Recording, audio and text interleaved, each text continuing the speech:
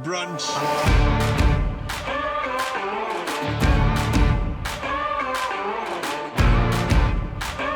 We are live and welcome to another episode of Live Brunch.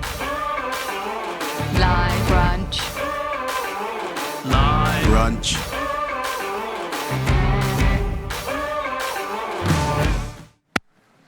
Hello and welcome to Live Brunch. Thank you for joining us. This is the point in our morning where we continue the conversation. We've heard from Glen. Glen is joining with me today. I'm Matt Carvel, by the way. Glen, thank you for your message this morning. But we want to hear from you. We've had a few questions that come in. We turn this into more of a conversation.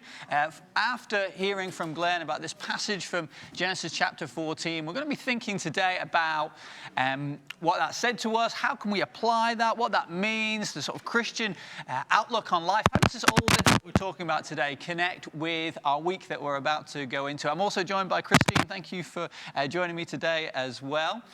We always like to start off with some questions for you. I've encouraged you to send your questions in to us, and we'll get to a couple of those in a moment.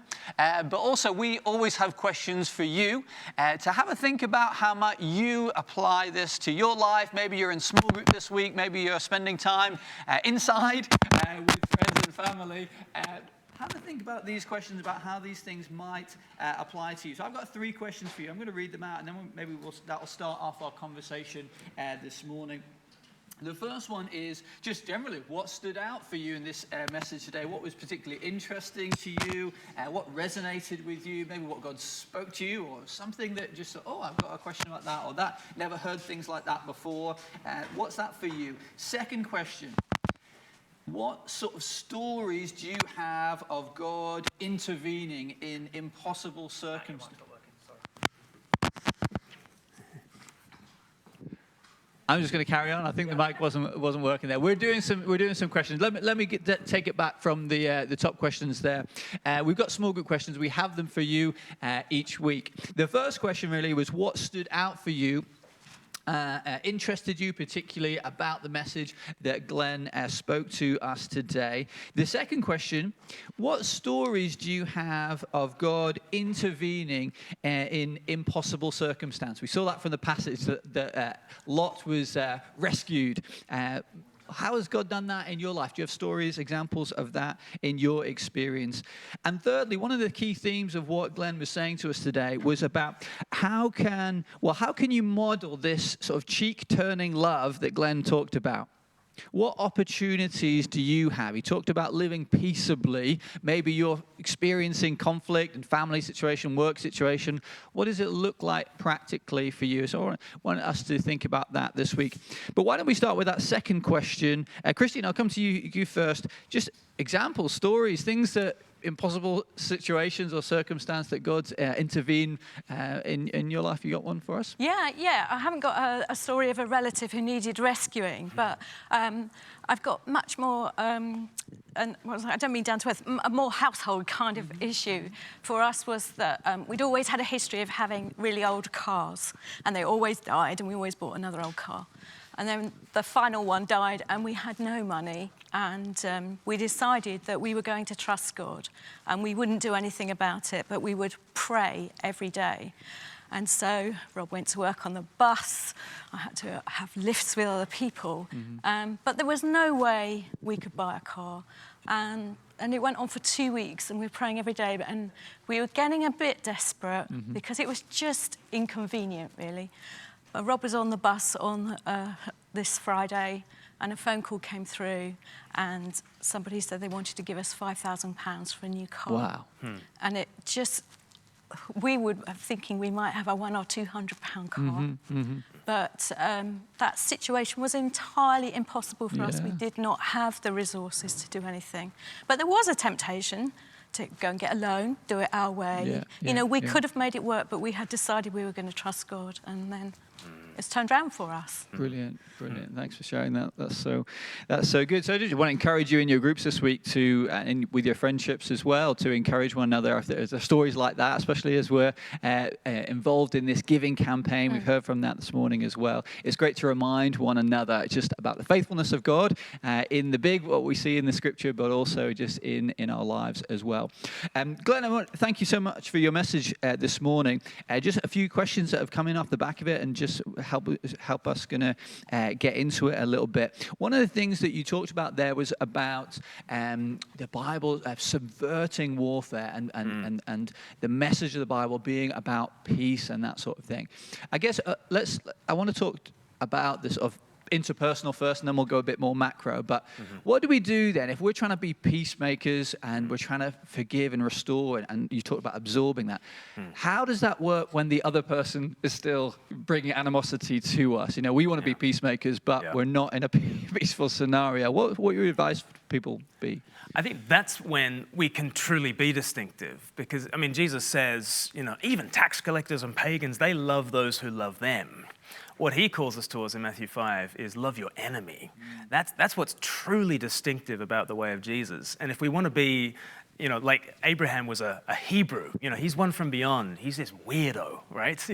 And Jesus calls us to be weirdos, right? He calls us to be totally counter-conditional. If someone strikes you on the right cheek, turn them the other cheek. Now, I don't think he means submit yourself to physical violence, but what he does mean is there will be instances where somebody is aggressive towards you, and in order to go against the way of the flesh is either to lash back or run a mile.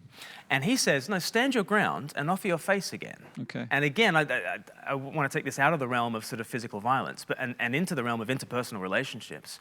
It's a case of saying, it didn't work. You wanted me to either retreat or get sucked into this kind of sick game. Instead, I'm going to ask you, why did you just do that to me? I've got a great story. A friend of mine who was in a family situation that was very much, she was the black sheep of the family. And it was Christmas time, and she just dropped the gravy in the middle of Christmas lunch all over the white tablecloth. And her dad lost it. You klutz, you idiot. Absolutely, in the middle of Christmas. Wow. And he called her every name under the sun. And she'd been praying about turning the other cheek. And she, quick arrow prayer, what do I say? And she just felt that the Lord, was speaking to her. Here's the way to handle that. She said, oh, Dad, it's so much worse than that. This year, I could tell you so many stories about me being like a real idiot. But can we save those stories for later? I just want to ask you, why did you just lose it with me on Christmas Day? Wow. Yeah. And everybody, she says, from that moment on, they always say, the day that Sarah was weird. They always, do you remember that time when Sarah really acted weirdly towards her father? Yeah. And it was just this counter-conditional way of absorbing it, and in fact taking it and saying, I am a bit of a klutz, and much worse. Yeah. But can we talk about the relationship? Offering her face. Yeah. I think that's part of it. I think it is our temptation when we think it doesn't work to change our behaviour. But we're called to do what God has said, aren't we? And we have to stick with that, because actually the responsibility for that other person is God's. Right. And they're responsible for their behaviour. So I'm not going to change my behaviour to try to change theirs. I'm going to do what God has called me to do. But the temptation is, that's not working, I'll try something else. Yeah. So I think it's important to just be clear about what God has said. And leading that into the Abram story, Abram wasn't building a kingdom, and so he didn't, to a degree, care about the battle between the 5 kings and the 4 kings, because he's not building a kingdom. Yeah. He's building a household of faith. Yeah. And so part of why he's able, just emotionally and psychologically, not to have to engage in that back and forth is because he's not really interested in that. He has already renounced the way of kingdom building. He's going to focus on the household of faith. And I think that's another thing we need to remind ourselves of. Do I really need to engage with this battle? Yeah. Abram wasn't engaging in any of the battles until it had to do with Lot. And then he was like, well, I guess he's my relative, And even then, he doesn't really take sides. because he's not building an earthly kingdom. He's focusing on the household of faith. Okay, let's take it to the bigger scale. I think especially watching the news this week and that sort of thing. What should our posture as Christians be then? If we were people, we see from the gospel that Jesus is the King of peace. What should our posture be? I mean, so Deborah's asking about, in circumstances where Christians are persecuted. Alice is mentioning about the situation in Israel and that sort of thing. Like, what should our posture be? How should we respond when we see that? Is there ever a situation where engaging in conflict is a good thing? Should Christians completely rule that out? How do we even think about those sorts of things? Really great questions. And I think what we see there is Abram is drawn into this when it's to do with his relative. And to the degree that it's to do with his relative and building the household of faith, and he's seeing this injustice, then he does, to a degree, take a side. I guess he kind of takes the side of the 5 kings versus the 4 kings. But actually, at the end of Genesis 14, we didn't get to it, but the king of Sodom wants to make him rich from the warfare. He's like, I'm not to do with you guys. And so there are times in the culture wars, let's say, where a Christian might say, the way that this Christian was treated by that academic institution was outrageous and blah, blah, but we're not taking a side in the culture war. Right. And there might be ways in which, on the geopolitical realm, we want to stand up for righteousness and justice, and we might enter into the fray, but we do it in the very weird way that Jesus has taught us of cheek-turning love and that sort of thing. And it's not for us to play a part in the culture wars. Yeah, okay. I think sometimes we can have a kind of knee-jerk reaction. We've got to do something. And actually the very thing that we can do is pray. And we're encouraged in the Word of God to pray for peace. Yeah. And I think if we're doing that, then it may be that God speaks to us about further action. And that may seem small things like writing letters to MPs and that kind of thing, or campaigning, that sort of thing. But I think it should come from a place of praying for peace and asking God what we should be doing rather than jumping to action first. Yeah, brilliant. Thank you. I want to pick up on the sort of cultural engagement, because that was another thing in terms of what you were saying today about being distinctive. And I know from what you're involved in week to week and that sort of thing, in terms of social media, you're very active and engaged and seeking to influence in that environment. I suppose some Christians might think, well, if you want to be distinctive and not be, corrupted and tempted like Lot was, what that means is just run the other way and not engage at all in social media or because those are worldly things, that sort of thing. That's obviously not how you apply it. So talk to us a little bit about what might it look like on a practical level, and how do you seek to be influential but not be tempted into the corrupting influence, as it were? Yeah, no, really, really good. And well, it's interesting that Abram is building something. He's not building a kingdom. Right. He's not investing in the city thing. He's not investing in the king thing. He's not going to wage war like the world wages war. But he does develop his household of faith to the point where he's got 318 trained men, which means he's probably got 2,000 or 3,000 people in his household. So he is developing something. He's just not building the way that the world builds. Right. And I think on social media there's an opportunity to have a voice that is a distinctively Christian voice, that is, we're weirdos, we're Hebrews, we're from beyond, and we can use those platforms to speak a distinctive message. But we've got to always realize that there's a bit of Lot in us as well, that's going to be seduced by the way of, I want to build a platform for me, right? And I want to build my own Eden, my own way, which was Lot's kind of problem, and he got seduced by that. And we've got to constantly be aware that as the numbers grow, it would have been tempting for Abram to crown himself king. He never did it. He was always building the family, the household of faith. And so we just need to keep each other accountable like that. Glen, you just had a whole bunch of views on that video. What did that do to your heart? Actually, that's good. Really. Oh, it's all for Jesus, I say. Yeah, but there's a bit of light, isn't there, Glen? And so absolutely engage, but engage in the weird way, in the Hebrew way, in the from beyond way. Wow, that's really good. Anything you want to add on that? Just engage as part of family, like you're saying. Have people around you who will speak into your life and ask you the hard questions. I think it's such a difference between being part of a family, isn't there, and the health that comes from that place. Yes. Brilliant. Okay, let me ask another one here. What would you?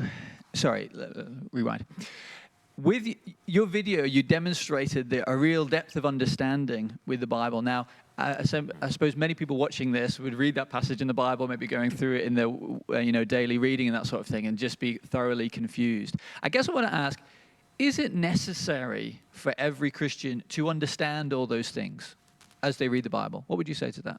No, and we help each other. And that's, and I very much benefited from other people who helped me with the Genesis 14 thing and seeing the fractal thing and understanding the patterns.